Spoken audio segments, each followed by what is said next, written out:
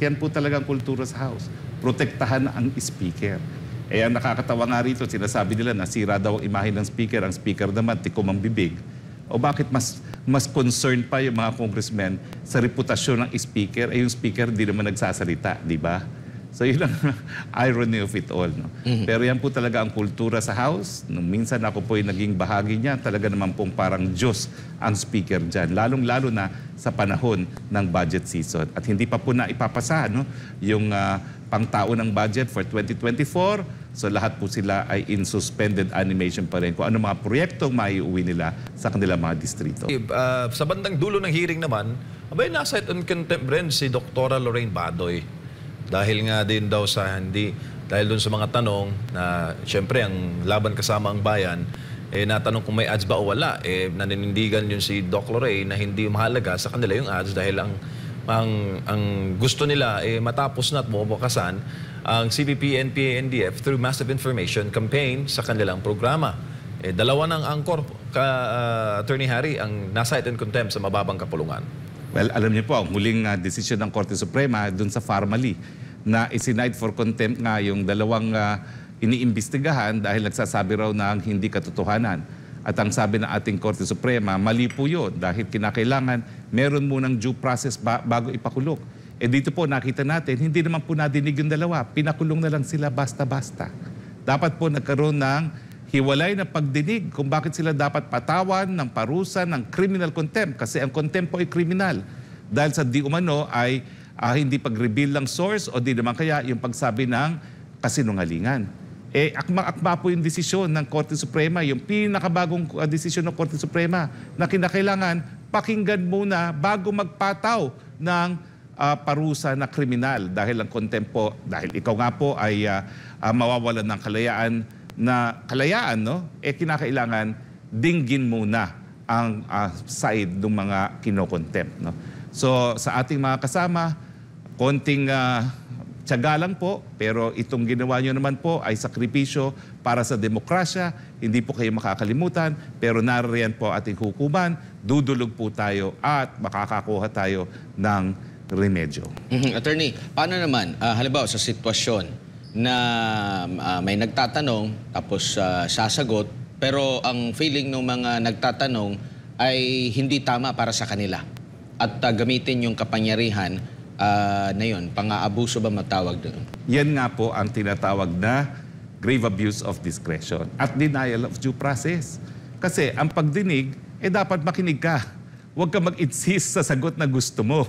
Dahil pag ikaw ay nagpilit sa sagot na gusto mo, hindi mo pinakinggan yung tao. At yan po yung sinasabi na denial of due process na protektado rin ng ating saligang batas sa pamamagitan ng ating Bill of Rights. Gaya ba ng mga korte sa mga pagdinig po ba sa Kongreso, Kamara, sa Senado, may nakapiring pa rin po ba at nakahawak na timbangan dapat? Well, dapat po, no? Kasi yan po ay pwedeng maging dahilan para masupil ang kalayaan.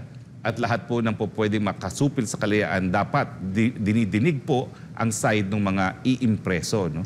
At ito nga pong nangyari dyan na naman sa Kamara de Representante.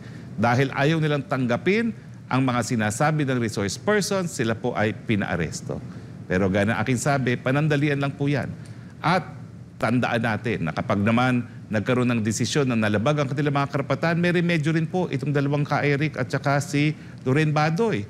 Dahil siyempre po, nakasaad din sa batas na lahat ng tao na lumabag sa karapatang pantao ng kahit sino ay po pwedeng mapanagot po. No? Dahil napaka-importante po ng karapatang pantao.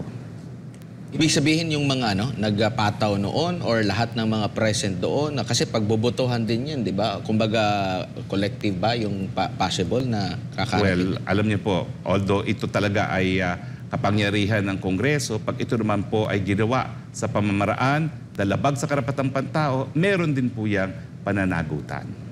Halimbawa naman, kasi pwedeng irason na iba, yung pantay lang yung kapangyarihan ng legislative and dito nga sa judiciary. Paano naman kung ganyan yung irarason na? Pantay-pantay po talaga ang co-equal branches of government. Ang pagkakaiba, katungkulan talaga ng hudikatura na panindigan ang supremacy ng ating saligang batas. Dahil nga pong saligang batas, Sinabi po ni Ka Eric, yan po ang pinakamataas na batas na umiiral dito sa ating bayan. Ang mga mambabatas lang ba ang may karapatan na mag-interpret ng batas or ang huling say niyan ay ang Korte Suprema? Hindi nga po katungkulan ng ng lehislatura. Ang kanilang katungkulan, bumuo at gumawa ng batas. Pero ang interpretasyon ng batas at ang ating saligang batas, tanging hukuman lang po ang gumagawa niyan. Alam nyo, kahapon may sinusulat akong pleading at yan po talaga ang naging consistent ruling ng ating Korte Suprema. Dahil ang Korte Suprema ang tagapagtaguyod ng saligang batas, yan po ang katungkulan ng hudikatura, bigyan ng interpretasyon ng batas at hindi po yan katungkulan ng Kongreso. Meron ka rin nabanggit parang dalawang kaso na may kaugnayan din dito. Yung isa, yung sa Farmally, tsaka yung sa pag-iimbestiga, tama ba? Opo, Yung pag-iimbestiga. ito po yung kaso na kailan lang nadesisyonan, no? Na kung saan ipinagbawal ni dating Presidente Duterte yung pagharap na ng mga testigo diyan sa investigasyon ng Farmally. Ang nagdemanda pa noon ay ang Senado at ang sabi ng Korte Suprema, premature yan dahil nga hindi mo naman sinunod pati yung sarili mong rules na dapat unang-una malinaw kung anong iniimbestiga at dapat bibigyan ng pagkakataon talaga na masagot yung mga tanong na merong kinalaman sa batas na binubuo in connection with a investigation in aid of legislation. Kasi lahat naman po investigasyon ng Kongreso, hindi naman po yan para magpataw ng parusa kung merong mga nalabag na batas, kung hindi para po sa mga binubuong mga legislatura, mga batas na binubuo ng Kongreso. At Attorney, doon sa naging pasya kahapon, dahil sa motion, ang first motion may nag-move na ipasite in contempt. As ang second motion, batay doon sa narinig ko kahapon, magpapasya sila kung gaano kahaba at kung saan i-detain. May narinig ko kahapon, Attorney Harry, na hindi sa House, pero hindi siya congressman, na parang staff lang yata na nagsasabi na bulong-bulong doon na sa CTJ natin ipakulong para magtanda, parang ganon. Possible ba yun, sir? Or sa House of Representatives na premises lang talaga pag na-cite in contempt ka? Well, I think hayaan natin hukuman na magdesisyon dyan. Kasi bagamat may kapangyarihan sila magpakulong by way of contempt, tanging Korte Suprema pa lamang ang ating hukuman na makapagsabi kung tama ba yung ginawa nila. So bago sila mag-isip kung saan ipakukulong, tignan muna natin kung sasang-ayunan sila ng ating hukuman. Mananatili sila hanggat hindi na-adapt ang committee report ng Committee on Legislative Franchises. Pero, Attorney Harry, marami rin ang nagtatanong sa ating mga kababayan kung bakit nagkaroon ng undue haste. May mga nagtatanong dito doon sa pagdinig na last week lang, the privilege speech, tapos agad-agad na refer sa committee, hindi pa raw tapos yung session, tapos makalawa, may hearing na agad. Well, Paano po yun? patakaran po talaga yan eh. Yan po talaga ang kultura sa House. Protektahan ang speaker. Eh, ang nakakatawa nga rito, sinasabi nila nasira daw ang imahe ng speaker. Ang speaker naman, tikom ang bibig. O bakit mas concerned pa yung mga congressmen sa reputasyon ng speaker? Eh, yung speaker di naman nagsasalita, di ba? So yun ang irony of it all. No?